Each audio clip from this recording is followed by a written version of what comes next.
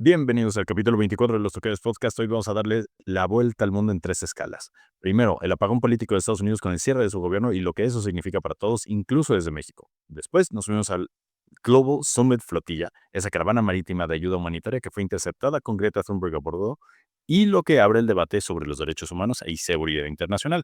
Y para cerrar en casa, un tema que huele a gasolina y a impuestos, el huachicol fiscal y las acusaciones contra Dan Augusto López. Tres temas distintos, pero todos con algo en común. Nos obligan a preguntarnos qué tan fuertes son nuestras instituciones y hasta dónde llega nuestra responsabilidad como sociedad. Así que pónganse cómodos, que esto es Los Tocados Podcast. Comenzamos.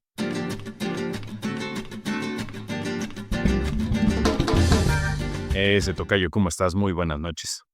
Tocayo, ya ni me acordaba de ti, por fin de regreso a grabar este bonito podcast, Tocayo. ¿Cómo te ha ido? Sí, sí, tocayo, pues hemos andado muy interrumpidos. Han habido muchísimas noticias en las últimas semanas y no niego que hubo una semana en particular en donde dije, Dios mío, tenemos que hacer un análisis bien profundo de qué queremos comunicar. Porque si algo buscamos aquí en los Tocados Podcast es tratar de generar mucho valor para la audiencia, sobre todo las noticias que deben de saber. Pero vaya que ha habido mucho movimiento en el último mes. Entonces, ¿por qué no, más que meternos en una recapitulación y dolores de cabeza de las cosas pasadas, por qué no nos ponemos al corriente en lo que estamos ahorita, tocayo? Pues sí, Tocayo, porque si vemos las últimas semanas nos tomaría varios capítulos hablar de los acontecimientos que se dieron, Tocayo. Entonces, mejor, ¿por qué no hablar de algo que está bastante latente, Tocayo, que es el muy relativamente nuevo, el government shutdown de Estados Unidos, Tocayo? No sé qué opines, pero bueno, es un escandalazo que creo que no se le ha dado la difusión o el peso que debería de tener en redes sociales, en los medios de comunicación en México, pero bueno, es un tema importante, no sé qué opinas tú. Es muy importante, pero a ver, creo que vale la pena hacer un poquito de desambiguación y entender qué implica el shutdown de los gobiernos, ¿no? Porque siento que para cada país hay diferentes estragos o impactos si cierra una parte todo el gobierno o en qué consiste. Y quiero poner un ejemplo, que el shutdown del gobierno de Estados Unidos no es ni la primera vez que sucede, este, ni tampoco es una situación crítica en donde todo el mundo se vuelve anarquista y sale a las calles a tratar de ver cómo sobreviven. Sí tiene ciertas aseveraciones, bueno, ciertas afectaciones, perdón, económicas, eso es muy real. Pero creo también, ahí el ejemplo del parlamento alemán, creo que estuvo apagado, sigue sin tener un modelo de trabajo entre que no pueden mediar el tema de los partidos. Francia acaba de tener también el renombramiento que fue el primer ministro, El presidente, ¿no? El primer ministro, sí, sí, sí. el primer ministro, y entonces, o el presidente del parlamento también, pareciera que todos los gobiernos tienen un modelo de crisis. No voy a decir si aquí en México estamos exentos de esta situación, pero eh, es muy curioso que la situación de por qué hay un shutdown en el gobierno americano, que es un cierre parcial, no que se haya apagado el switch completo, es por falta de aprobación de presupuestos asignaciones para el año fiscal 2026. Es simplemente no se pusieron de acuerdo, les ganó la hora y como no lograron presentar ese presupuesto, pues el gobierno entra por default en shutdown. Sí, y a ver, y el problema, a ver, creo que lo dices bien, Tocayo, porque también luego uno dice el government shutdown y te imaginas ahí una película casi casi del apocalipsis, ¿no? Con una cuasi guerra civil interna, una revolución, pero que tampoco es así porque lo que pasa es que los departamentos que son esenciales para la vida de los estadounidenses van a seguir funcionando, ¿no? Educación, salud, y cuestiones, digamos, como lo dijimos, esenciales para la vida del estadounidense de a pie. Pero lo que sucede ahí, Tocayo, que me parecía bien interesante, yo la verdad tampoco estaba tan enterado, es que, que muchos empleados federales van a ser mandados a lo que ellos llaman el furlough, ¿no? La suspensión temporal, en donde van a, digamos, trabajarán sin recibir algún pago hasta que termine el periodo, digamos, de la suspensión. Entonces, pues muchos empleados, Tocayo, no sé, de parques públicos, empleados de, no sé, del servicio postal, por ejemplo, cuestiones relativas que, digamos, cuestiones relativas a eso, pues van a estar, digamos, suspendidos parcialmente de su trabajo, tocayo, ¿no? No, imagínate que, bueno, yo necesitaría uno, pero siempre y cuando sea con pago de por medio. tristemente aquí va a ser, un descanso un poco forzado sin pago de por medio. A ver, pero yo lo que entiendo es que el furlough no es solamente el que esté suspendido el servicio, más bien están trabajando, pero no reciben salario hasta que se logren liberar los recursos. ¿Cuánto tiempo va a durar eso? Quién sabe. O sea, y no me imagino una situación en donde yo trabaje en un modelo de negocio, durante 30 días y no recibo un pago y yo diga, sí, pues voy a seguir trabajando aquí y voy a cobrar eventualmente mis horas, ¿no? Digo, los Tocayos Podcast es una excepción a esta situación. No, nosotros empezamos en furlough y seguimos en furlough. Próximamente estaremos patrocinados, probablemente por toda nuestra amable audiencia. Pero en el Inter, pues está cañón. O sea, dicen que puede llegar a haber una afectación de hasta $15,000 millones al PIB por semana mientras se mantenga cerrado el gobierno americano, ¿no? Este tema de shutdown. Entonces, claro, en mi cabeza no cabe esa cantidad de dinero. Es exorbitante y me parece no menor que el gobierno simplemente no se pueda poner de acuerdo en cuáles van a ser las asignaciones de presupuesto para el año 2026. Me parece ridículo. No, no es como que les avisaron ayer, uy, mañana tienes un entregable, tienes que llegar con tu presupuesto, ¿no? Sí, no, a ver, pero y creo que es el fiel reflejo de lo que está pasando en el mundo, ¿no? O sea, una polarización y lo usan, ¿no? Como herramienta política, en este caso los demócratas, ¿no? Seguramente para generar o buscar ciertas concesiones del gobierno que ciertamente es autoritario como el de Donald Trump. Pero me impresiona, Tocayo, porque como tú decías, ¿no? O sea, son cuestiones que se han ido dando no solamente en Estados Unidos, ¿no? Estaba el caso de Francia, está el caso de Alemania, en un tema distinto, porque no es necesariamente presupuestal, pero estábamos viendo o vi, por ejemplo, encuestas en España y en Gran Bretaña. En Gran Bretaña está liderando, pero decae el UK Reform, se llama el partido de extrema derecha. En España la segunda fuerza política ya es Vox, el partido de extrema derecha. Entonces, como estas polarizaciones que hemos mencionado ya de cajón prácticamente en los Tocayos Podcast, se materializan también este tipo de cosas, ¿no, tocayo? Y eso está cañón, ¿no? Porque al final, el que se ve afectado, ¿no? Es el ciudadano de a pie, ¿no? O sea, así como tú y como yo somos los que nos pasan a traer una friega, gracias a Dios, bueno, nosotros somos electo, ¿no? Pero al gringo de a pie es al que le pasan a traer una friega por cuestiones de esta polarización, tocayo, que se está viendo, creo yo, más que nunca en años recientes en todo el mundo.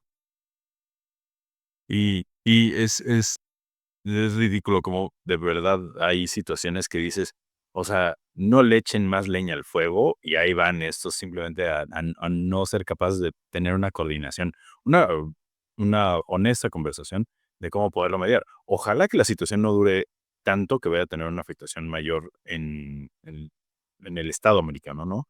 Es en los Estados Unidos. Sin embargo, todo pareciera ser una copia calca y no quiero sonar conspiranoico, pero si volteamos a ver la historia, no estamos muy lejos de los escenarios en los que estaban en el año 1925.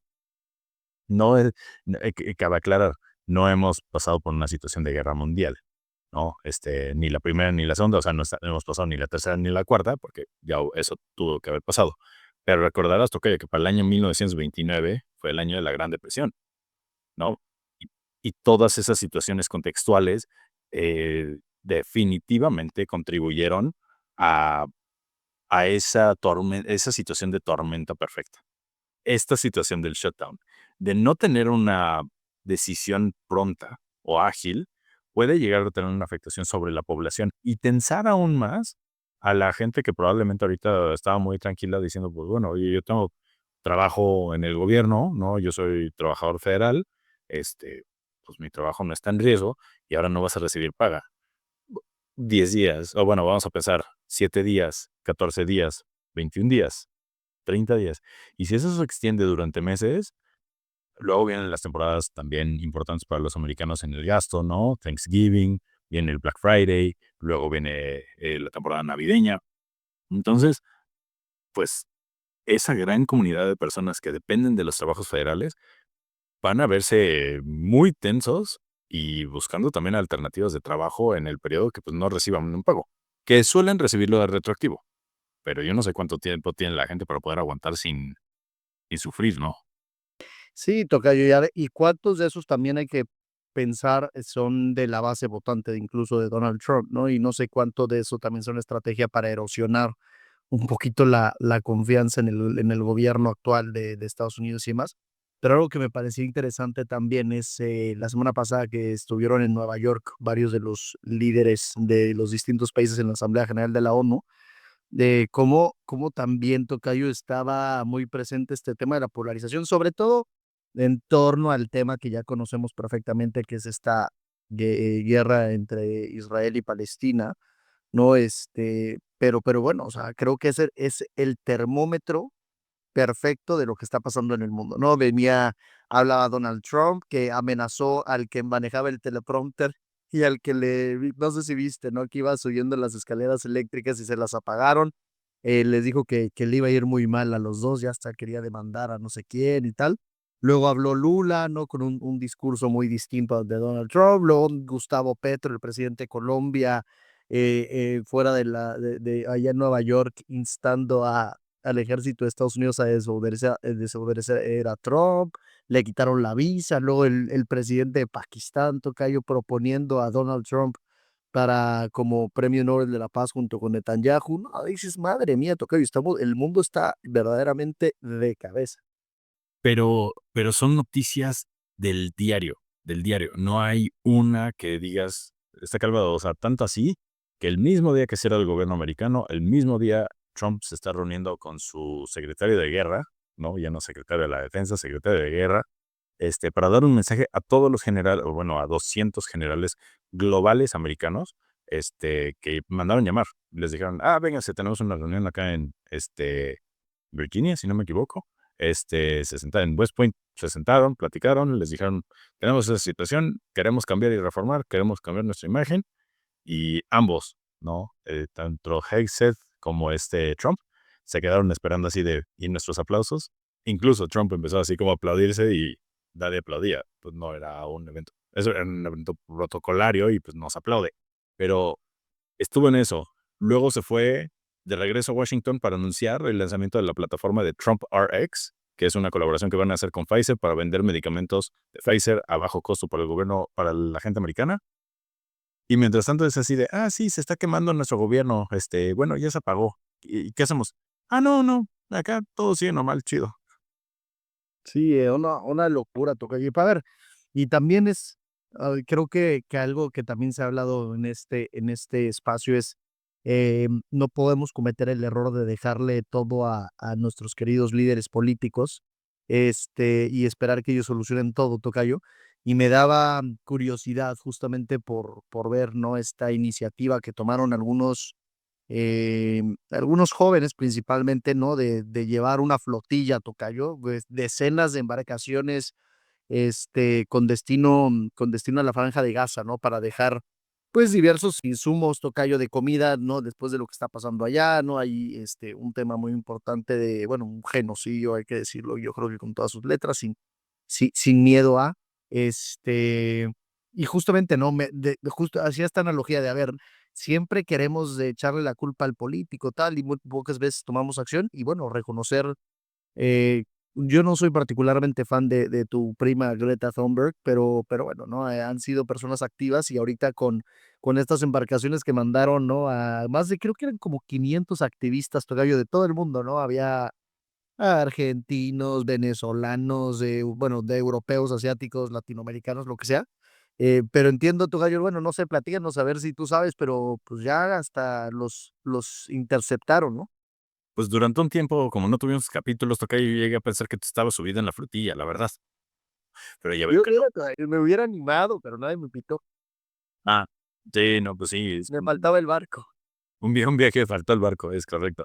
Pues sí, efectivamente, la Global Sumut Flotilla, que estaba compuesta por decenas de embarcaciones con activistas, con ayuda humanitaria, con políticos europeos y figuras públicas, y con respaldo incluso de algunos países, europeos.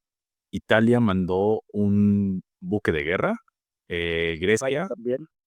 y De España. España. Y creo que Turquía también dijo que iba a estar, porque iban a pasar por aguas internacionales muy cerca de Turquía, que iban a estar al pendiente y demás. Sí, sin embargo, hoy hoy, 1 de octubre, no sé si fue exactamente en la nochecita, en algún punto del transcurso del día, se vio interrumpida justamente pues, la operación de traslado y el ejército israelí aborda las embarcaciones, las detiene y las desvían para llevarlas a un nuevo puerto dentro de Israel, pero para poder comandar efectivamente la entrega de esa ayuda humanitaria a través de los recursos y medios que tiene el ejército israelí. Israelí.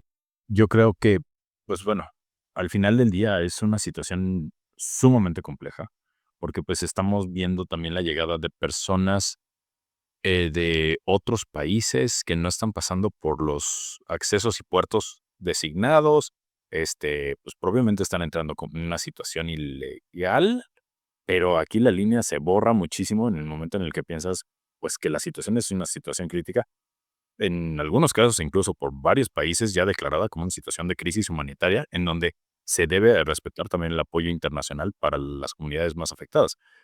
Y eso es lo que hace que esto sea aún más complejo.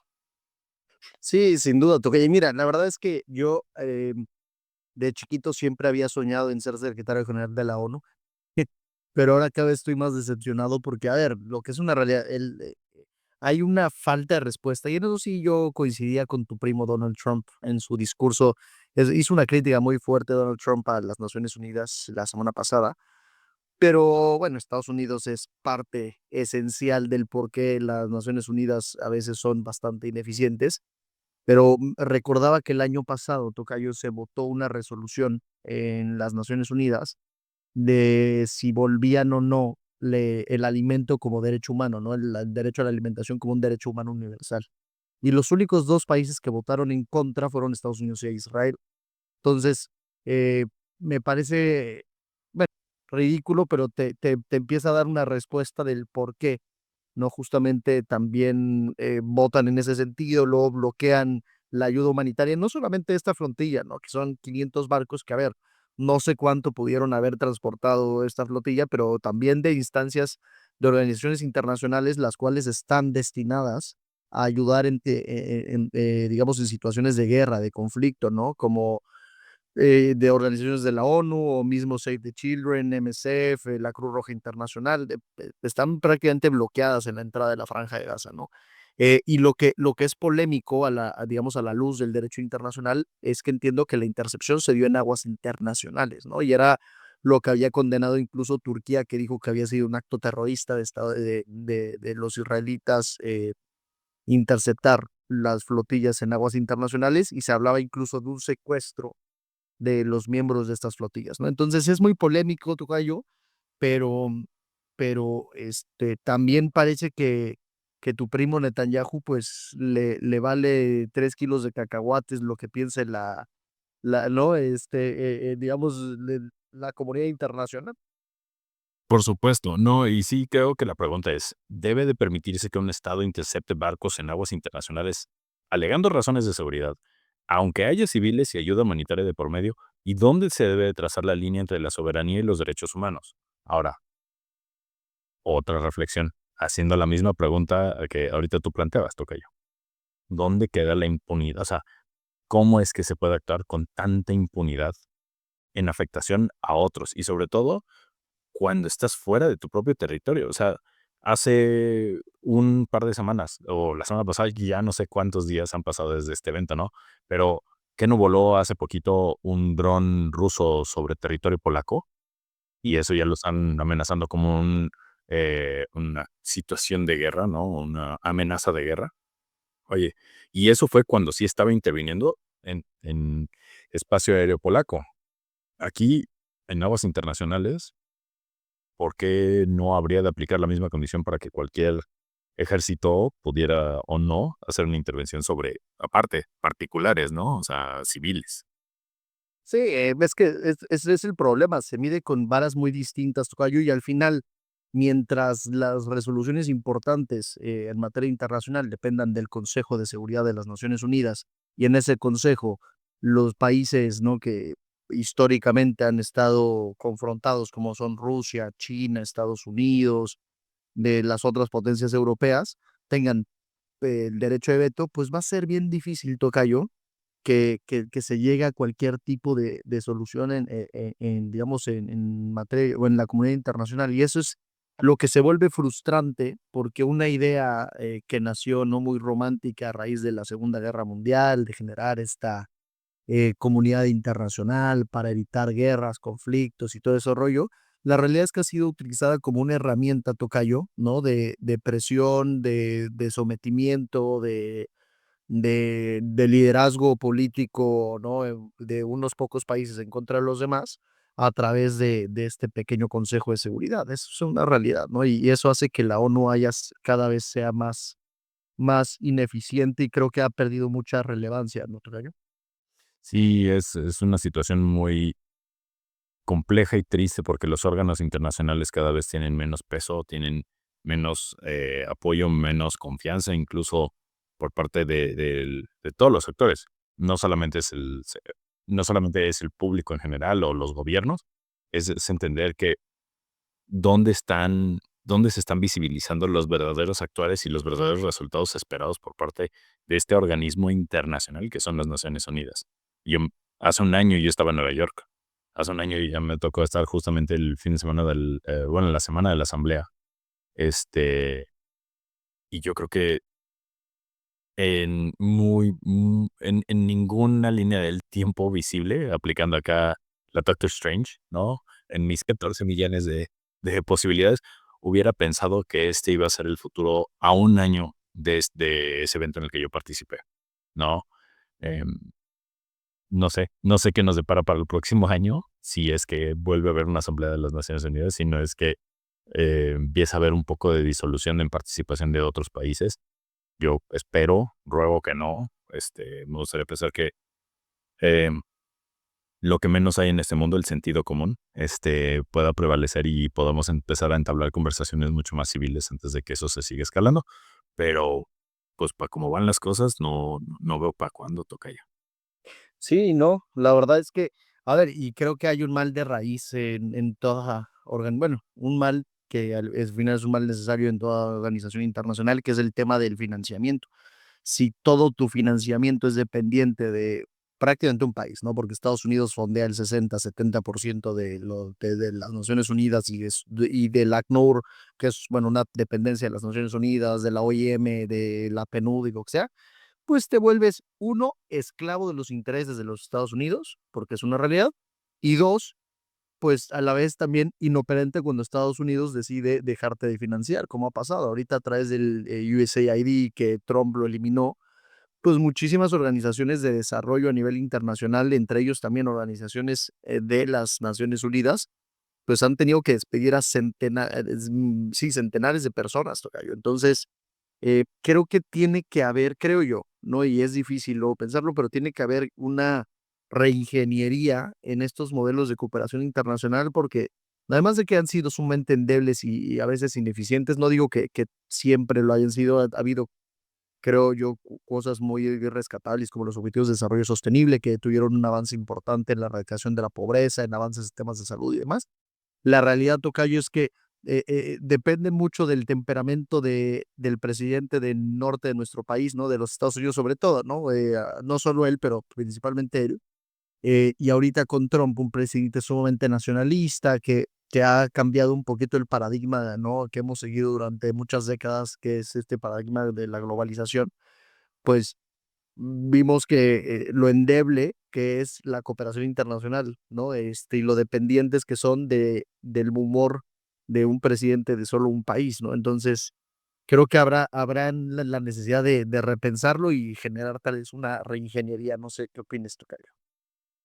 Sí, sí. Nos estamos enfrentando a nuevos tiempos. Nos estamos enfrentando a eh, a un escenario tan cambiante y drástico.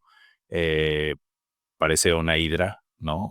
Una hidra de 1000 cabezas, en donde no sabemos por dónde tratar de abordar qué tema y depende de qué humor amanezca cada día para saber, pues, de a cómo le va a tocar y a quién. Entonces, pues está raro porque creo que lo que sí puede estar garantizado es que va a generar mucha incertidumbre. Em, y bueno, eso también nos lleva a pensar que si esa es la escala de lo que está sucediendo a nivel global, pues bueno, ¿cómo nos va a afectar a nosotros acá en México? ¿Cuáles son las afectaciones? ¿Cuáles son los impactos que puede llegar a tener? Y parte, ¿no? Y regresándonos un poquito nada más al tema del shutdown en Estados Unidos, y un país tan poderoso como Estados Unidos entra en un cierre institucional por desacuerdo sobre su presupuesto, ¿no? Y tenemos estas tensiones en situaciones internacionales y mucha oposición a condiciones que otros países incluso han reconocido como situaciones críticas. Pues, ¿qué lecciones deberíamos de sacar nosotros en México en términos de cómo construimos nuestras leyes para poder tener una gobernanza más independiente, ¿no? A estos mood swings, a estos cambios de humor que pueden llegar a tener día a día. Sí, sin duda, tocayo, somos los más vulnerables ante estos, como dices, cambios de humor de tu primo, de copete amarillo. Eh, y creo que donde tendríamos que empezar, tocayo, es teniendo un uso adecuado de los recursos públicos en nuestro país, ¿no? Algo que a mí me frustraba, tocayo, es que a mí, si algo me puede hervir la sangre, tocayo, es la exorbitante corrupción que hay en nuestro país. Y más, lo que más me hierve la sangre, tocayo, es que eso es algo que todo el mundo conocemos, ¿no? De todos los estratos sociales en nuestro país, en todas las partes de territorio de nuestro país, a lo largo y ancho de México, todos saben que nuestros políticos, para bien o para mal, son bastante corruptos. Y algo que de verdad ahorita cuando salió otra vez, ¿no? El escándalo del huachicol fiscal, que me molestaba un poco, tocayo, es ver a partidarios del partido, en el gobierno de Morena, defendiendo, ¿no? A Andrés Manuel, a Claudia, a Dan Augusto, todos los que participan en este cártel casi, casi delictivo, tocayo, de lo que pasa, digamos, ¿no? En materia de corrupción en nuestro país, ¿no? Como buscando excusas o comparándolo con Peña Nieto, comparándolo con Calderón. Caray, o sea, si nosotros seguimos gastando, se estimaba, ¿no?, que el huachicol fiscal te cuesta 177,000 millones de pesos anuales. Si ese dinero lo seguimos tirando a la basura, regalándoselo a estos corruptos, pues, evidentemente, tocayo, en vez de que se invierta en infraestructura, que se invierta en beneficio de la gente que lo necesita, pues, lo estamos tirando a la basura, ¿no? Y creo que ese sería el primer cambio que tendremos que hacer en materia de transparencia y lucha contra la corrupción en nuestro país, más que preocuparnos por lo que haga el vecino enfrente. Sí, y para quienes no estén enterados, espero que estén ya todos enterados en alguna capacidad, pero si no, pues para darles ese contexto. Sobre el huachicol fiscal que está sucediendo en México, se ha detectado un esquema de contrabando y de defraudación fiscal, ¿no? Sobre los combustibles conocidos como ese huachicol fiscal. Distinto al huachicol clásico, que es un robo que se da en los ductos. Hemos sabido de muchos accidentes, y situaciones que quisiéramos tratar de prevenir y que no sucedieran. Aquí lo que se importa es un combustible disfrazado. Entonces, al momento de pasar por procesos aduanales, se declara no como un combustible, se debería de ver afectado por una doble fiscalización. Hay dos impuestos particulares que son los que le deben de atribuir a los combustibles. Sin embargo, lo ponen como lubricantes vehiculares o le ponen otro etiquetado y se declara como otro producto con la intención de evadir el impuesto especial sobre producción y servicios. Entonces, al evitar el IEPS, ¿no?, por sus siglas, obviamente, pues están dejando de hacer esa declaración, pero no estamos hablando de 5 pesos, no estamos hablando de 10 pesos, estamos hablando de millones, 177 millones, ahorita mencionabas, ¿tú no, tocayo? 177,000 millones. Perdóname, me faltó una palabra clave. 177,000, es correcto. Es que es una locura, tocayo, de verdad que, es un esquema que es de verdad, ¿cómo decirlo, tocayo? Es de verdad característico de un cártel delictivo, ¿no? O sea, además de que evidentemente es un tema de defraudación fiscal, porque como tú bien decías, ¿no? Durante el sexenio de Andrés Manuel, seguramente todos recordarán el disque famoso combate al huachicol clásico, que era este robo en ductos de Pemex, y que se dio mucho este combate, posterior a un incendio, creo que fue en Hidalgo, ¿no? Que explotó uno de los ductos cuando lo estaban robando y murieron muchas personas. Bueno, según esto que ya estaban combatiéndolo, de hecho cerraron muchos de los ductos y empezaron a repartir en pipas Y por eso seguramente muchos de los que nos escuchan vieron que había cientos de miles de pipas en las carreteras de nuestro país, que también ese tocayo, con todo respeto, a mí me parece muy sospechoso que alguien seguramente compraron no sé cuántas miles de camiones de pipas y alguien pues tendrá ese negocio que también lo siguen manteniendo y ha de ser un gran robo, ¿no? Pero ahora este tocayo, mucho más elaborado, mucho más elucubrado, ¿no? En donde, como tú bien me explicabas, ¿no? O sea, en vez de declararlo como combustible, lo ponen como lubricante, aditivo y demás para evitar el IEPS y todo ese dinero ellos lo venden más barato el costo de la gasolina y por eso se calcula, ¿no? De alguna consultora, lo leía hoy en la mañana, creo que se llama Petro Intelligence, la consultora, que calculaba que el 30% de todo el combustible a nivel nacional que se consume en México tiene un origen ilícito. Imagínate el 30% del combustible que se consume en todo el país con un origen ilícito. Imagínate la magnitud, tocayo, de o sea, de esta estrategia de ciertas personas y en la cantidad de dinero, ¿no? Porque igual y de los 177,000 millones de pesos que calculan se quedan hasta cortos, ¿no? De lo que es este tema. Y totalmente. Y uno aquí preocupado si le están echando agua a su gasolina cuando vas a cargar y, y dices, no, esto, no, o sea, no somos ni un granito de arena en toda esta problemática que existe alrededor del combustible. Pero tocayo, a ver, todo esto sale a la luz y a la par, ¿qué hay de la situación del señor Adán Augusto, tu tío favorito?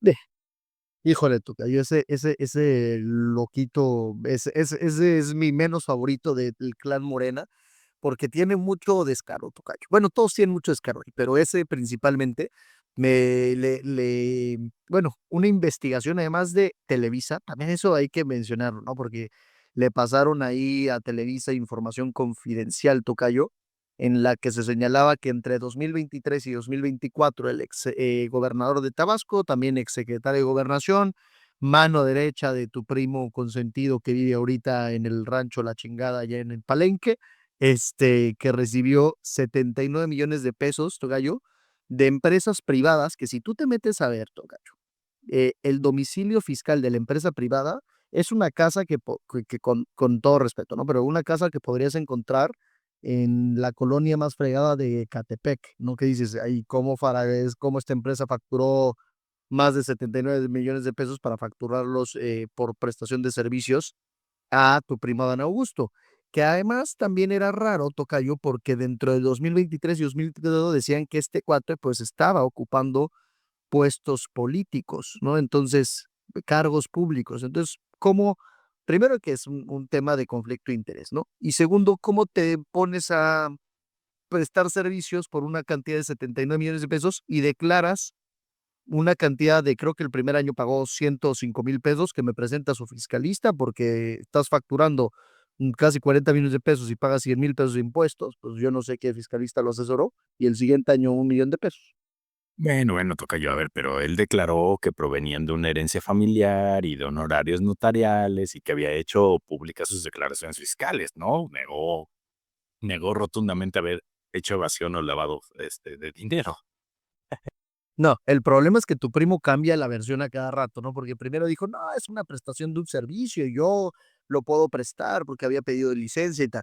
Luego, como que yo creo que alguien le pasó el chisme de que pues era medio defraudación fiscal lo que estaba haciendo y que no decía mucho sentido y demás. Y ahora resulta, tocayo, que la segunda versión era que su mamá le había donado, ¿no?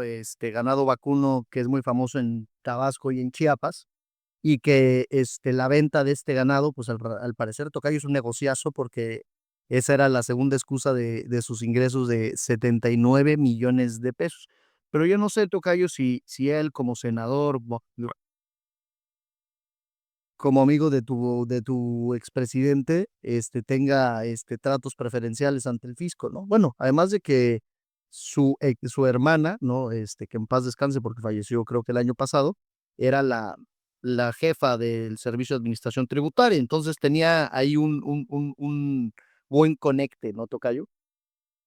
Sí, totalmente. A ver, al final el huachicol fiscal es un fenómeno que se mezcla la corrupción aduanera, la defraudación fiscal y el aprovechamiento de brechas legales que no es solo un acto delictivo aislado, o sea, tiene que haber una cadena de corrupción que pueda permitir que esto termine sucediendo y materializándose. Hay muchas personas implicadas, tanto así que pues ha habido afectaciones en el proceso de la Marina y lo mismo debe suceder en copia calca para la situación de Adán Augusto. O sea, él no está trabajando de manera unilateral.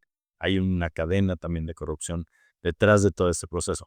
Em, es complejo tratar de deshebrarlo, ¿no? De desmenuzarlo y efectivamente poder garantizar, pues, que la gente responsable vaya a tener algún tipo de consecuencia.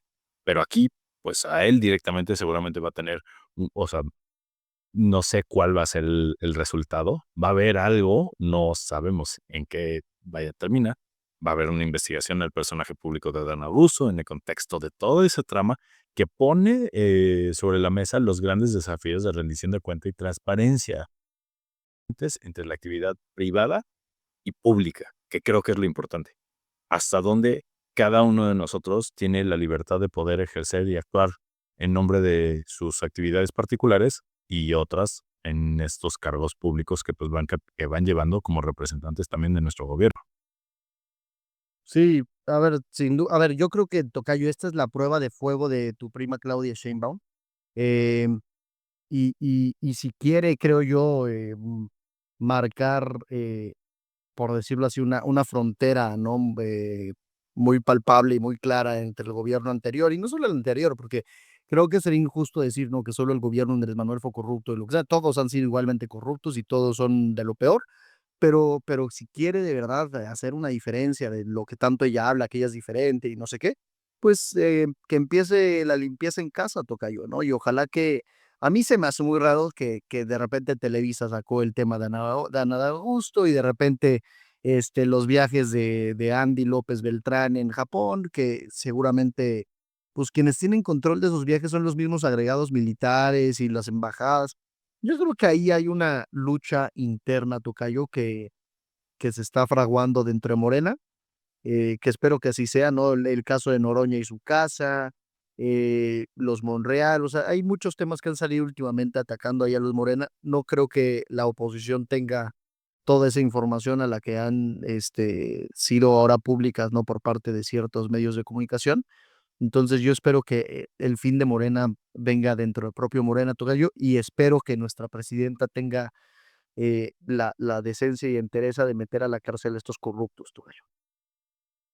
Bueno, pues mucho habrá que cuestionarse en materia de integridad y veremos también hacia dónde apunta la aguja en las próximas semanas, seguramente.